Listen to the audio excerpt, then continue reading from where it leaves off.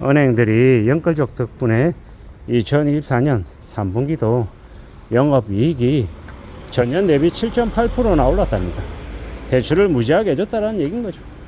결국은 금융권들은 사람들의 이제 대출, 예금, 이러한 거래들로 먹고 사는 곳인데, 앞으로 그들의 연봉이, 월급이 더 많이 오를 거라고 얘기합니다. 왜겠습니까? 30년, 40년 동안, 꽤 긴 기간 동안 원리금을 갚아야 하는 연끌들이 너무도 많기 때문이죠. 이미 많은데 지금도 계속 생산되고 있으니까 그들에게는 그들을 떠받들어주는 노예가 계속 탄생하는 거다라고 봐야 됩니다. 저는 개인적으로 윤석열 정부, 문재인 정부 때도 극심했는데 지금도 그걸 끊어내지 않고 계속해서 정책 대출로 대출을 계속 해준다라는 게 좀 화가 나죠. 실질적인 도움이 되는 게 아니라 빚지게 만들어서 아주 젊은 이제 청년들에게 앞으로 긴 기간 동안 노동을 할 것이니 그걸 담보로 해서 빚을 내고 빚 갚아라고 이제 얘기하는 거죠. 당장에는 저금리로 아주 싸게 대출해 주는 것처럼 이야기합니다. 실제로 대출 금리가 싼 건 맞고요. 하지만 싸다 해서 원금이 줄어드는 건 아니죠. 상대적으로 대출 받을 때 좀 이자가 적다라는 거, 큰 혜택이라고 생각하고 덜컥 30년 40년 결정을 해버리면 그 이후에 감당해야 될 기간들이 너무 길더라는 겁니다. 그 긴 시간들을 어떻게 지내려나, 과연 괜찮으려나 생각해보면 좀 걱정이 많이 되죠. 올해가 많이 되더라는 겁니다. 금방금방 빚도 갚고 집값 올라가지고 시세 차익 보고 좀 부자도 되고 이러면 좋겠지만, 과연 그럴 수 있으려나, 과연 그게 그들의 계산법대로 금방금방 그렇게 될까? 안 될 것 같은 거죠. 금방 그렇게 되기가 어려울 것 같은 거죠. 그래서 생각이 듭니다. 너무 쉽사리 생각하는 거 아니냐, 너무 만만하게 사람들 눈과 귀를 가리고 유혹시켜서 만든 거 아닌가라는 거죠. 금융권들이 3분기 영업이익이 7.8%나 늘었다라는 거, 그게 별거 아닌 것처럼 얘기하지만 실제로 현실은 꽤나 엄청난 거죠. 7.8% 늘었다라는 거 모르긴 몰라도 기존에 대출해 주는 것보다 대출 이자가 월등히 늘어났다라는 겁니다. 연체 이자도 늘었을 거고 대출 이자도 늘었을 거고 여러모로 사람들의 부담이 더 많아졌을 거다라는 거, 그게 현실일 겁니다. 그랬으니까 은행들이 장사를 잘했다라고 얘기하는 거죠. 그리고 은행들은 건물 장사뿐만 아니라 앞으로도 계속해서 뜯어먹을 게 많아서 아쉬울 게 없다라는 거. 그래서 누군가는 얘기하더라고요. 이미 지금 현재 금융권들의 평균 연봉이 1억대가 넘는데 나중에 좀 지나면 1억 5천, 1억 8천 이렇게도 더 이렇게 늘어날 수도 있겠다라는 거죠. 땅 짚고 헤엄치는 거죠.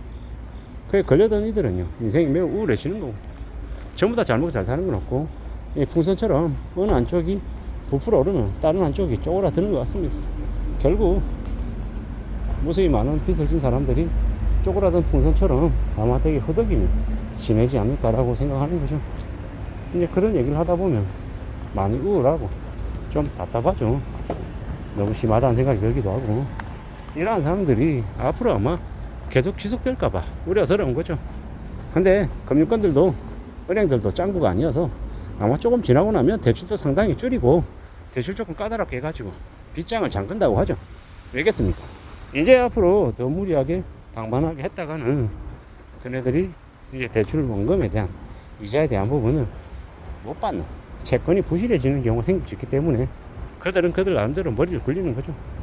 또한 이제 금융소비자보호법이라고 해서 이제 새로운 법들이 이제 적용이 되면 또 분위기가 달라지는 겁니다. 뭐겠습니까? 금융권들이 감당 못할 대출을 해주면 그 이후에 그 대출에 대한 이제 상환에 대한 의무가 좀 줄어드는 그런 일도 생기더라는 거예요.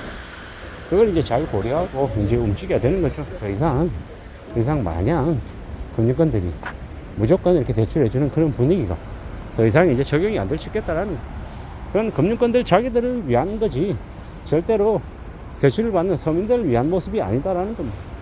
이래저래 연끌들 때문에 금융권들의 영업이익이 7.8% 늘었다라는 엄청난 뉴스를 보면서 참 많은 생각이 들었습니다. 왜 저렇게 금융권들이 엄청나게 많은 돈을 버는데 정부는 여전히 대출을 권장하는 걸까? 그 대출로 쌓아 올린 부동산 시장의 여파가 나중에 안 꺼진다라고 장담하는 건가? 좀 화가 나기도 하고 욕이 나오기도 하고 어처구니 없기도 하고 많은 생각들이 듭니다. 뭔가 좀 잘못된 것 같다라는 생각도 들고요. 앞으로 더 염려하고 더 두려워하면서 지켜봐야 돼. 삶이 어떻게 흘러갈지, 어떤 것들이 좀 더 이제 요구될지도 두고 봐야 될 것 같습니다. 여러모로 우리가 살아가는 삶이 빡빡하고 힘들고 막막한 것 같습니다. 이 엄난한 시대를 살아가는데 연끌에서 무리하게 밀어치면 삶의 수준이 많이 추락할 텐데 그냥 자가 집을 가지고 있다라고 얘기하지만 빚으로 산 집이기 때문에 언제 어떻게 이 상황이 달라지면 뭐 집을 뺏길 수도 있는 거고 부채 때문에 허덕일 수도 있는 거고 삶의 수준이 매우 우울해질 텐데 아니 이미 우울하게 사는 사람들이 넘쳐나는 것 같은데 어떻게 되려나 이 어떤 사람들이 이제 탄생하려나 많은 생각들을 하는 거죠.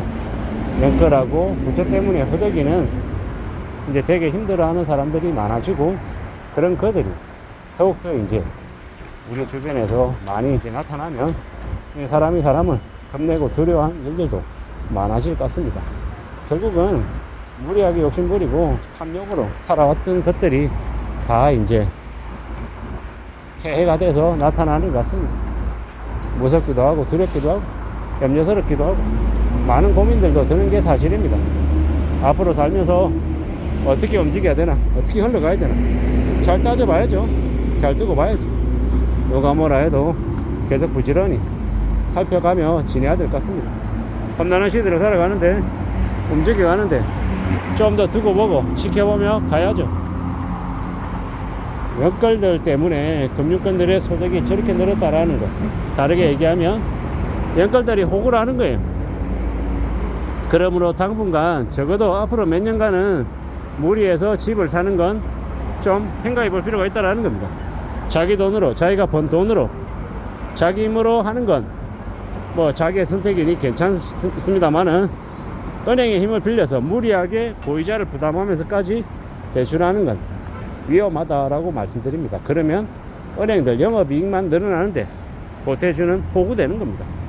호구가 될 것이냐 아니면 자신의 삶을 주도적으로 사는 사람이 될 것이냐 개개인의 판단에 달린 것 같습니다. 이상입니다.